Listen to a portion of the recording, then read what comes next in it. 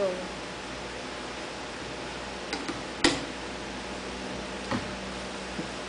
Good morning! According to World Health Organization, 83% of women are suffering from vaginal inflammation and 62% are caused by the poor quality of sanitary pad. So right now, titingnan natin, I have 3 leading brands here. And our brand is yung nasa middle. This is the Anion or the Love Moon. Let us compare bakit nga ba lumabas sa pag-aaral that the sanitary pad of leading brands are silent health threat to them for most women. Okay? So mapapansin natin, usually pag ang mga babae, bumibili sila ng sanitary pad, kumukuha lang sila ng pira-piraso. Especially kung yan nagtatrabaho. Di ba? Pero pag titingnan natin yung packaging, mapapansin nyo, parang may opening siya. Ito, nakikita nyo to. Meron siyang opening kung saan potential na pwedeng pumasok yung mga coins, lalo na especially pag nasa bag. And ang problema pa rito, pag nasa bag, hindi naman madalas nilalaban ang bag. In other words, hindi pa gamit ang sanitary pad, contaminated na siya. Diba?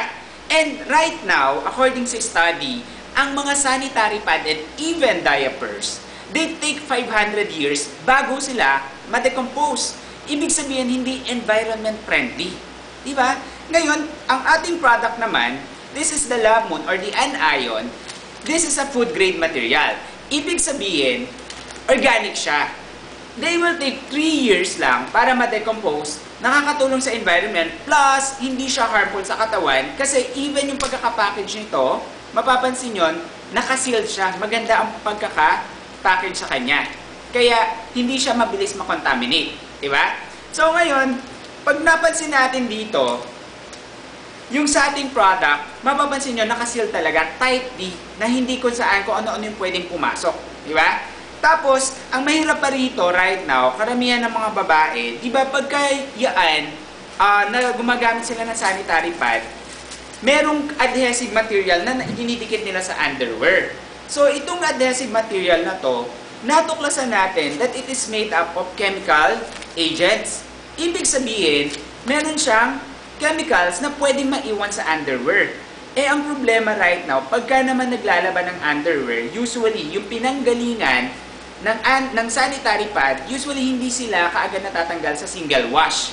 Eh, ang problema, kung merong chemicals na naiwan sa underwear at yan nakasampay, may possibility na pwedeng may kumapit na bacteria dun sa underwear. Thus, pag natuyo yan at ginamit ng mga babae, ang nangyayari, pwedeng magkaroon ng direct contact yung bacteria dun sa vagina ng babae. Can you follow? Ngayon, dito, moving on, the same content din yung other brand. So, masyado siyang madikit. Para siya masking tape. Diba? So, in comparison to that, our product, which is the Love Moon, mapapansin natin, ito lang yung only sanitary pad na tuturuan tayong magbasa. So, mapapansin nyo dito, makikita nyo, meron siyang arrow nakalagay doon, front, para alam kung saan or yung pamamaraan ng paggamit. And mapapansin nyo rin dito, yung ginamit nating adhesive ay tinatawag nating food gum. Okay, let me repeat, food gum. Ibig sabihin, hindi siya nakakalason. Okay? And dito mapapansin nyo, may layer lang kung saan may dikit.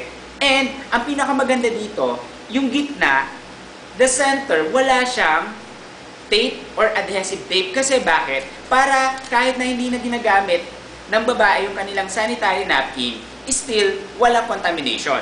Diba? So, ilalagay ko siya ngayon dito. Ngayon, ang babae, laging dalawa lang naman ang hinahanap niyan sa sanitary pad. Number 1, comfort. Number 2, absorbency. So, paano natin itetest ang comfort? Sa pamamagitan ng paghawak lang dito. Dito kasi mapapansin nyo, yung front layer niya, pag hinawakan, mapapansin nyo dito, sa dalawa nito, parang rough siya. Okay? Whereas, dito sa gitna naman, mapapansin natin, smooth. So, parang nakapasador. Kaya nga yung maraming babaeng gumagamit ng product natin, sabi nila, para lagi sila nakapasador every time they use the product. So, when it comes sa comfort, pasado yung product natin. Diba? Number 2, ang consideration nila, kailangan absorbent. So, titingnan natin ngayon yung absorbent capacity ng bawat isa or yung absorbency nila. Ang average na menstrual cycle or every time na meron ang babae, nasa 30 to 80 ml. Ngayon, ang gagawin ko, kumuha ako dito, nag-aspirate ako ng 50 ml. Lalagyan natin bawat pad. Okay? So ngayon, yan. Sabi nga ganon, dapat daw, ang standard, every hour, nagpapalit dapat ng sanitary pad. Kasi why? Kung hindi kasi sila magpapalit ng sanitary pad, ang tendency magkakaroon ng presence ng contamination or unti-unti nagde-develop yung bacteria. Kaya minsan, or karamihan ng mga babae, napapansin nila, nagkakaroon ng amoy yung ginamit nilang sanitary pad. Diba? So, kaya lang right now, dahil na rin sa trabaho, hindi na rin nila magawa na magpalit. Tapos, ang problema, unti-unti nagkakaroon ng infection, nagkakaroon ng amoy, at nagkakaroon ng iba't ibang sakit sa kababaihan. Okay? Ngayon, bago tayo tumungo sa absorbency, tingnan muna natin kasi every pack nito, meron siyang kasama. Ito yung tinatawag nating gift. Ito libre, it comes for every pack na bibilin. Okay? So, paano ba ginagawa ito? This is what you call self-test kit for vaginal inflammation. Para siyang pap smear test, pero hindi siya pang-replace. This is a home-based test. Sa bahay lang siya gagawin. So, paano ba gagawin to? Dapat, ipe-perform to, reminder lang po, 3 days, wala na siyang menstruation, and 2 days dapat, wala nang sexual contact. Okay? So, ang gagawin niya, paggising po sa umaga. Kung nag-swimming yan, nag-overnight swimming, hindi siya pwede mag-test. Kailangan, paggising sa umaga, bago maligo, bago umihi. So, paano ba ginagawa to? Meron tong cotton bud, and then meron tong strip. Yan. So, dito, ngayon, ang gagawin niya, for example, this is the vagina. Ang gagawin niya, magsaswab siya 2 beses. So, isa, and then 2. Hanggang 2 beses lamang. Huwag nang sosobra. Ngayon, pag may nakuha na siyang specimen or white discharge dito sa cotton bud, ilalagay niya rito sa strip. Yan. So, pagka nilagay na niya dito sa strip, she has to wait for 30 seconds. 30 seconds. After 30 seconds at walang changes sa color, ibig sabihin, safe siya. However, pag ito nag-change siya, meron tayong color indicator. Dito malalaman kung gaano ang infection. Kung nag-drop siya sa second and third chart, ibig sabihin, may konting pamamaga. Ang maganda sa product, kung magkaka-UTI, ang maganda sa kanya, nade-detox siya or nalilinis niya yung product.